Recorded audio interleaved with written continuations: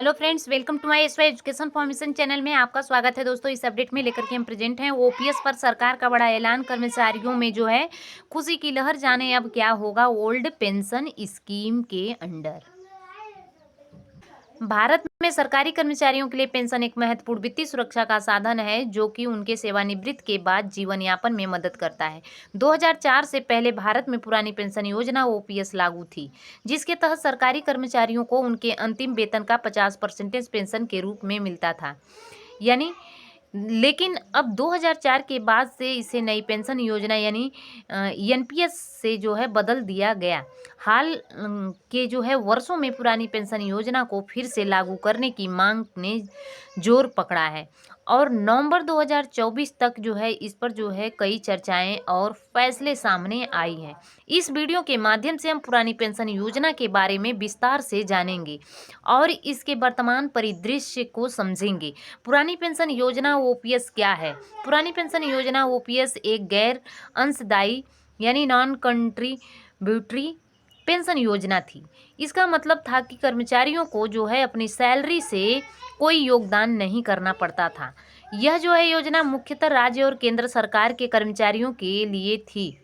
इस योजना के तहत कर्मचारियों को अंतिम वेतन का 50% पेंशन के रूप में मिलता था। महंगाई भत्ता यानी डीए जिसे कहा जाता था वो भी जो है समय समय पर जोड़ा जाता था, जिससे कि बढ़ती महंगाई का असर कम होता था। इसके अलावा जनरल प्रोविडेंट फंड जिसे कहा जाता है जीपीएफ का जो है प्रावधान भी था, जिसमें जो है कर्मचारी अपनी सैलरी का कुछ हिस्सा जमा कर सकते थे और सेवानिवृत्ति पर उसे ब्याज सहित प्राप्त कर सकते थे। ओपीएस के तहत कर्मचारियों को ग्रेच्युटी भी मिलती थी, जो कि उनकी सेवा अवधि और अंतिम वेतन पर आधारित थी। पुरानी पेंशन योजना की मुख्य विशेषताएं। यहाँ पे विशेषता क्या है? पेंशन यानी अंतिम वेतन का 50%, महंगाई भत्ता समय समय पर संशोधित, जीपीएफ कर्मचारियों द्वारा अंशदान और ब्याज सहित वापसी, ग्रेच्युटी सेवा अवधि और वेतन पर आधारित परिवार पेंशन, कर्मचारियों की मृत्यु पर परिवार को भी पेंशन मिलती थी। कोई वेतन कटौती नहीं, कोई अंशदान नहीं करना पड़ता था। नई पेंशन योजना एनपीएस और पुरानी पेंशन योजना ओपीएस में अंतर क्या है? 2004 में पुरानी पेंशन योजना को बंद कर दिया गया और उसकी जगह नई पेंशन योजना एनपीएस लाई गई। एनपीएस एक अंशदायी प्रणाली है जिसमें जो है कर्मचारी और नियोक्ता दोनों और अपने वेतन का एक हिस्सा जो है योगदान करना होता है। एनपीएस अधिकतर बाजार आधारित निवेशों पर निर्भर करता है, जिससे कि इसमें निश्चित रिटर्न की गारंटी नहीं होती है। ओपीएस बनाम एनपीएस तुलना। अंशदान कोई अंशदान नहीं है। कर्मचारी और नियोक्ता दोनों अंशदान करते हैं। पेंशन राशि अंतिम वेतन का जो है 50%। निवेश पर आधारित रिटर्न। महंगाई भत्ता हाँ समय समय पर संशोधन होता है नहीं। यहाँ पे रिटर्न की गारंटी हाँ निश्चित रिटर्न मिलता है नहीं, जो है बाजार जोखिम पर निर्भर करता है। जीपीएस उपलब्ध नहीं है। तो यहाँ पर नई और पुरानी पेंशन योजना के दोनों के तहत हमने अंतर बता दिया आपको। अब देखेंगे नवंबर 2024 तक जो है पुरानी पेंशन योजना की स्थिति क्या रहेगी। 2024 तक पुरानी पेंशन योजना को फिर से लागू करने की मांग ने काफ़ी जोर पड़ा है और कई राज्य सरकारों ने जो है अपने कर्मचारियों के लिए ओपीएस को फिर से लागू किया है, जैसे कि पंजाब, राजस्थान, छत्तीसगढ़, झारखंड और हिमाचल प्रदेश। हालांकि केंद्र सरकार ने अभी तक इसे सभी केंद्रीय कर्मचारियों के लिए बहाल नहीं किया है। सुप्रीम कोर्ट का आदेश। सुप्रीम कोर्ट ने जो है दिल्ली हाई कोर्ट के उस फैसले को बरकरार रखा है, जिसमें जो है केंद्र सरकार को पुरानी पेंशन योजना बहाल करने का निर्देश दिया गया था।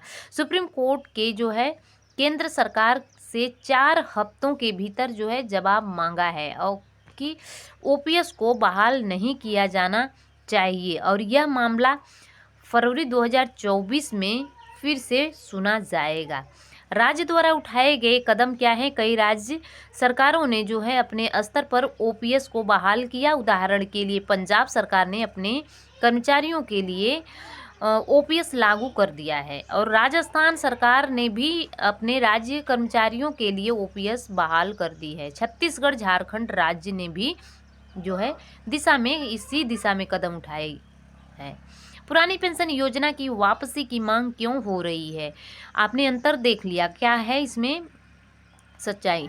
कर्मचारी संगठनों और यूनियनों द्वारा जो है पुरानी पेंशन योजना की वापसी की मांग इसलिए जोर पड़ रही है क्योंकि एनपीएस में जो है बाजार जोखिम शामिल होता है और इसमें निश्चित रिटर्न की कोई गारंटी नहीं होती है। इसके विपरीत ओपीएस एक सुनिश्चित जो है आय प्रदान करती थी जो कि कर्मचारियों को वित्तीय सुरक्षा देती थी। ओपीएस बहाली के पक्ष में तर्क निश्चित आय ओपीएस में रिटायरमेंट के बाद जो है निश्चित आय मिलती थी जो कि जीवन यापन के लिए पर्याप्त होती थी। बाजार जोखिम में मुक्त एनपीएस बाजार आधारित होने के कारण इसमें रिटर्न की गारंटी नहीं होती है जबकि ओपीएस पूरी तरह से सुरक्षित थी।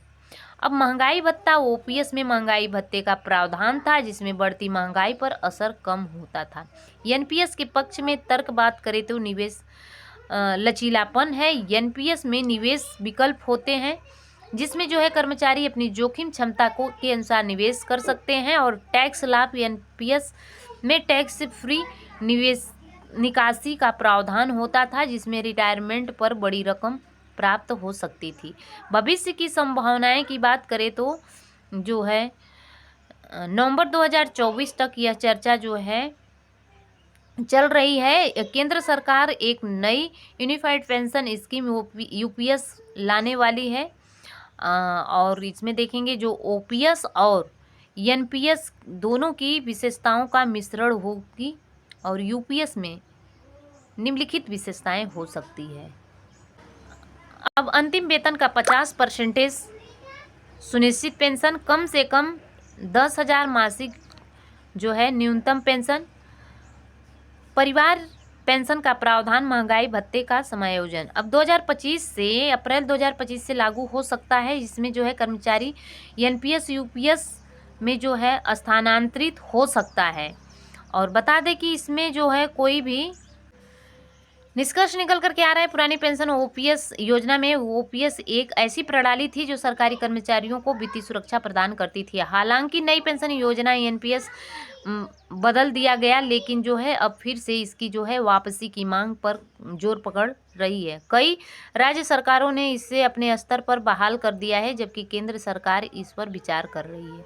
तो इस वीडियो के माध्यम से हम जो भी जानकारी प्रदान कर रहे हैं उद्देश्य से वीडियो में प्रोवाइड कर रहे हैं। लिखा गया है कि पुरानी पेंशन योजना ओपीएस की बहाली अभी तक केंद्र सरकार द्वारा पूरी तरह से लागू नहीं हुई है लेकिन इस दिशा में कई कदम उठाए जा रहे हैं।